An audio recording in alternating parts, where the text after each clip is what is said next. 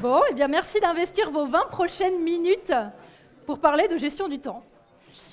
Bonjour à tous. Alors moi je m'appelle Aurélie Le Guillou et je vais mettre les pieds dans le plat avec cette citation que j'aime beaucoup de Tim Ferriss qui a écrit entre autres La semaine des 4 heures et puis un certain nombre d'autres bouquins derrière.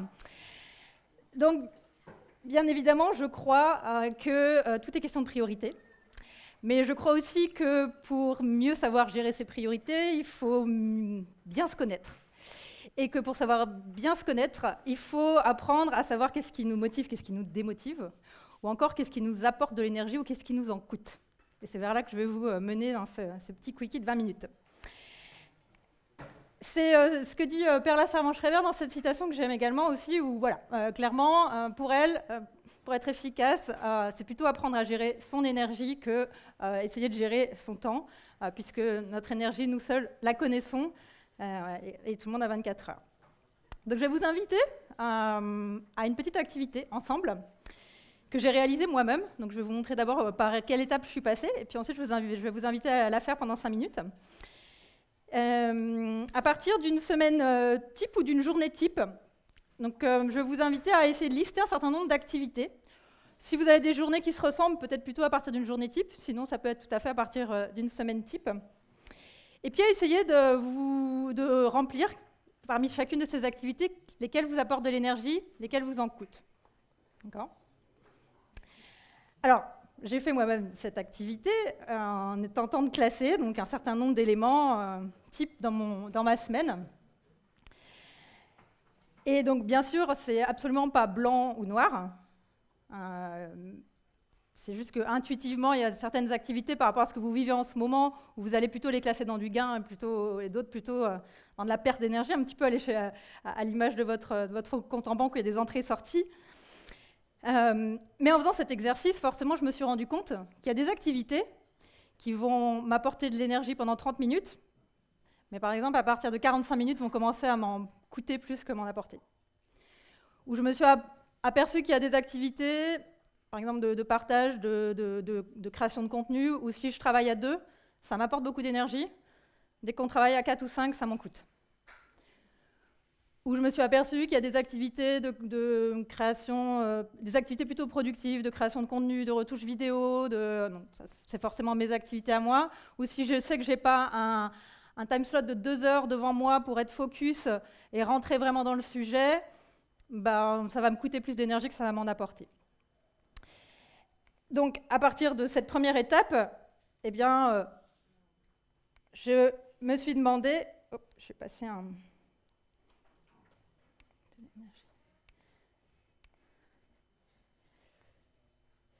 Voilà, donc je me suis posé la question de... Non, c'est là que j'avais posé. Je me suis posé la question de dans quel cas chacune des activités listées m'apporte de l'énergie et dans quel cas chacune de ces activités listées me coûte plutôt de l'énergie. Donc voilà, ça a donné un résultat, donc cette seconde étape. Donc forcément, ça, ce sont moi, mes éléments, donc forcément, vous, votre listing d'activités sera totalement différent. Mais voilà, j'ai pris en compte un certain nombre d'éléments temporels, de nombre de personnes avec lesquelles je travaille, ou de temps à passer sur certaines activités pour vraiment rentrer dedans sans être défocusé. Et puis je l'ai fait aussi sur quelques activités perso, donc voilà, vous pouvez tout à fait le faire sur des activités pro comme sur des activités perso. Voilà, par exemple, d'amener mes enfants à la crèche, ça m'apporte de l'énergie si je le fais en vélo, ça me coûte de l'énergie si je le fais en voiture. Mais des fois, je cours après le temps et je le fais en voiture. Voilà, donc je voulais juste avec ça, pour vous montrer par quelle étape je suis passée, et je vais vous inviter maintenant à le faire. Je vais vous donner 5 minutes. Je vais vous mettre un petit timer. Donc vous allez commencer à lister un certain nombre d'activités, essayer de le mettre plutôt dans le coût ou plutôt de l'énergie. Et puis, peut-être à commencer à noter, dans une 4e colonne là, que j'ai intitulée Notes, à moins que ça dure 30 minutes, ou tant que ça ne dure pas plus de 15 minutes. Vous savez certainement tous pourquoi les stand-up meetings durent 15 minutes. Enfin, sont censés durer 15 minutes, effectivement, oui. Merci de me reprendre. Ouais, parce que c'est vrai qu'effectivement, le temps pendant lequel on reste focus, debout, à écouter attentivement, est très probablement, à l'échelle d'une équipe, si on passe plus de 15 minutes, c'est plus coûteux pour l'ensemble du groupe que ça n'apporte d'énergie.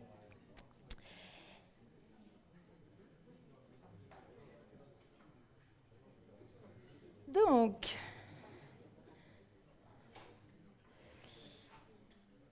alors, est-ce que tout le monde a de quoi noter?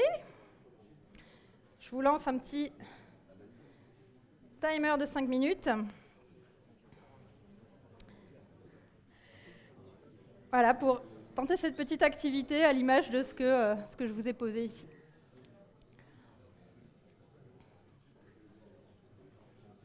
Ah, pas démarrer. Ça va pas.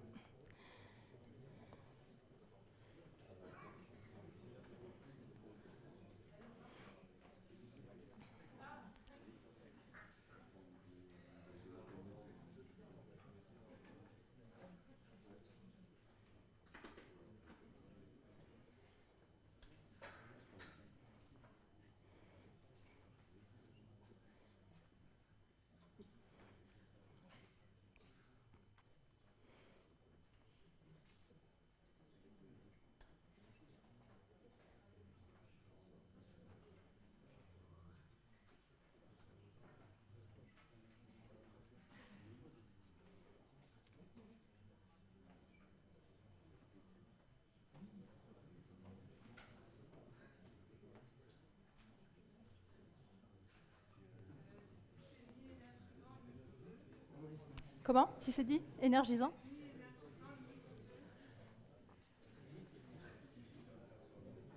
Tu mets au milieu si tu veux.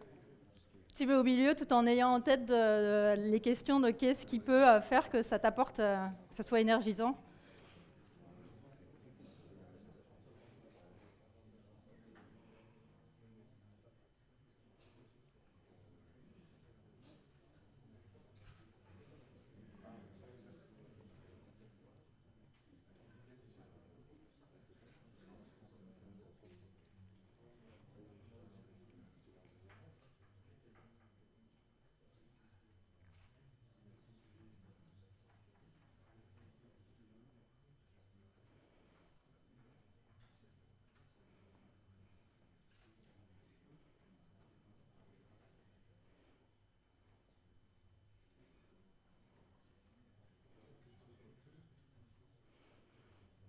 Tout va bien?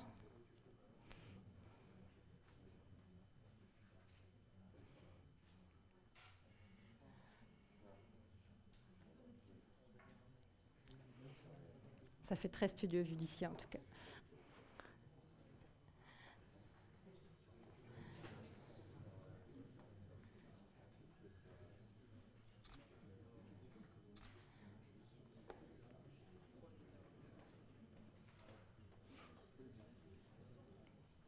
Deux minutes 30.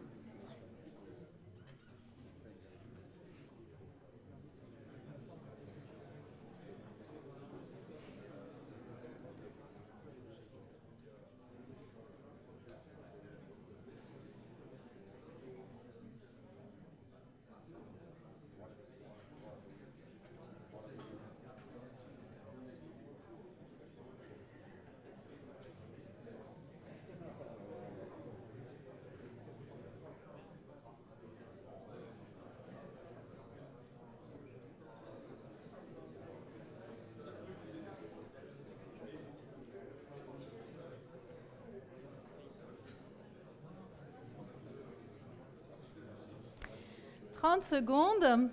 Donc, je vous invite à terminer tranquillement l'activité sur laquelle vous réfléchissez et à vous rapprocher d'un père, personne la plus proche de vous, idéalement que vous ne connaissez pas, comme ça, vous rencontrez quelqu'un.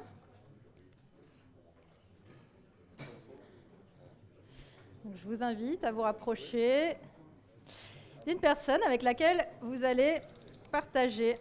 Oups.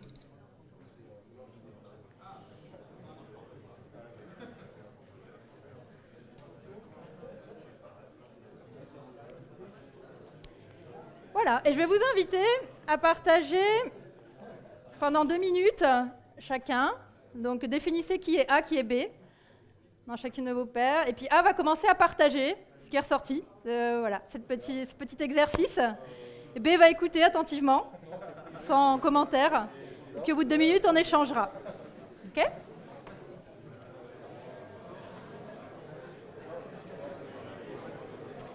C'est parti pour 2 minutes.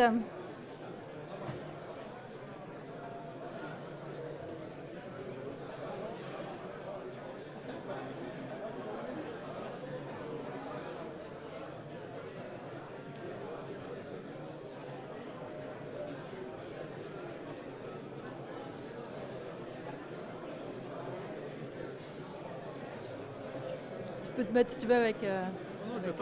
Non, tu ne veux pas le faire. Je garde pour toi.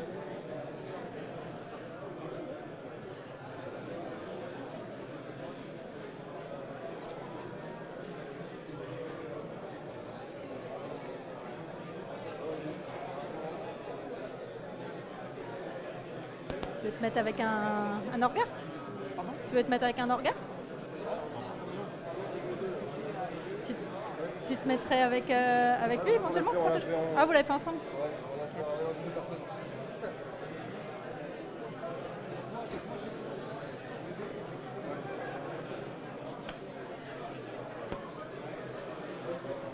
Ah, ou après.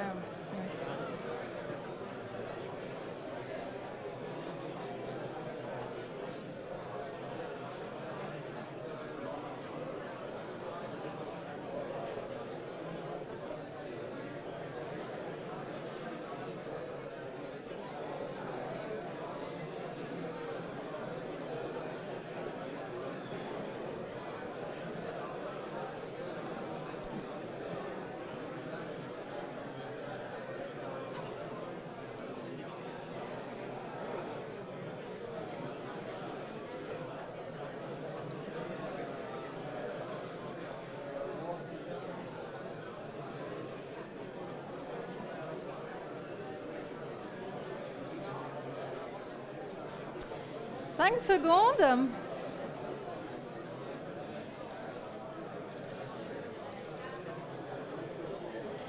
Et 2 minutes. Je vous invite à échanger vos rôles. B partage et A en posture d'écoute active. Échangez vos rôles et je relance 2 minutes.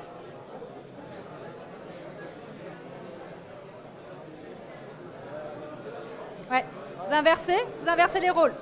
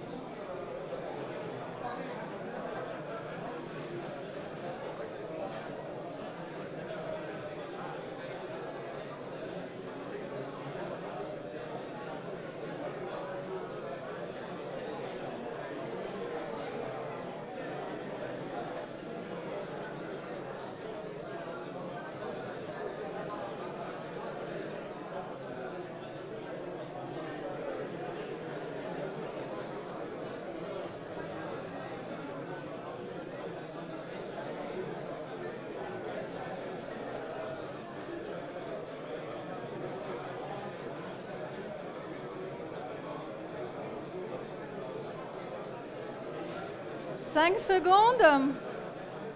4, 3, 2, 1. 2 minutes.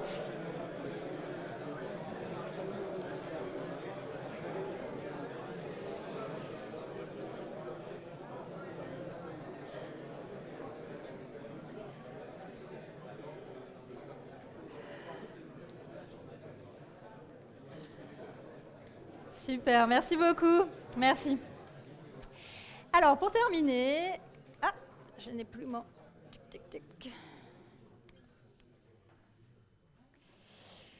Je vais juste finir pour aller plus loin avec quelques questions que je vous invite vraiment à vous poser et quelques liens intéressants pour aller plus loin et creuser ce sujet. Donc la première, c'est à quoi vous voyez que vous gaspillez de l'énergie, à quoi vous voyez que vous vous défocusez, que votre attention par ailleurs lors de certaines activités. Comment réduire le temps passé sur une action qui vous coûte pour qu'elle vous apporte de l'énergie? Comment réduire le temps passé sur une action qui vous coûte pour qu'elle vous apporte de l'énergie? D'ailleurs, vous l'êtes peut-être déjà posé comme ça. À quoi devriez-vous dire non? Ou peut-être à quoi devriez-vous dire non plus souvent? Parce que dire non, c'est aussi dire oui à des activités qui apportent de l'énergie potentiellement. Quelles sont vos interruptions? Et peut-être quelles sont vos interruptions coûteuses en énergie? Qu'est-ce qui peut prendre moins de temps dans vos activités? Donc, je vous laisse avec ces questions. Et quelques liens pour aller plus loin. Le premier, c'est le mouvement des Tiny Habits de B.J. Fogg, qui est un chercheur à Stanford University, qui a créé ce mouvement il y a une dizaine d'années, je dirais, qui part du principe que pour créer une nouvelle habitude, il faut 3 éléments, la motivation, la facilité ou l'habilité à... Donc ça va de soi, c'est souvent ce que l'on nous décrit, mais également le déclencheur. Il part du principe que pour créer une nouvelle habitude, il faut la lier à une habitude existante, ou à une action ou une activité existante. Donc admettons que vous vouliez boire plus. Par exemple, vous pourriez noter souvent en mode Tiny Habits, à chaque fois que je raccroche à la fin d'un call, je me lève et je vais prendre un verre d'eau. Donc c'est vraiment associer une habitude existante à une nouvelle pour l'intégrer dans votre quotidien. J'ai également parlé du Tiny Habits sur mon blog, à l'URL Turn-on et Change Management à la fin.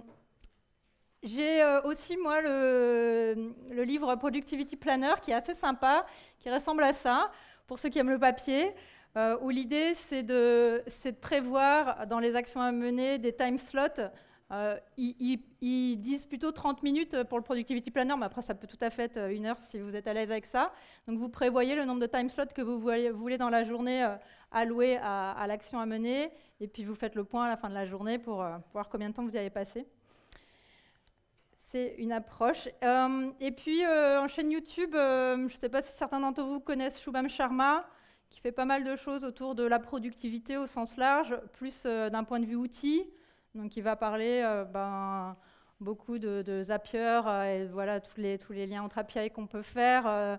Qui va parler beaucoup de Notion pour optimiser un certain nombre d'éléments de contenu au quotidien, créer des bases de données qui vous font gagner du temps.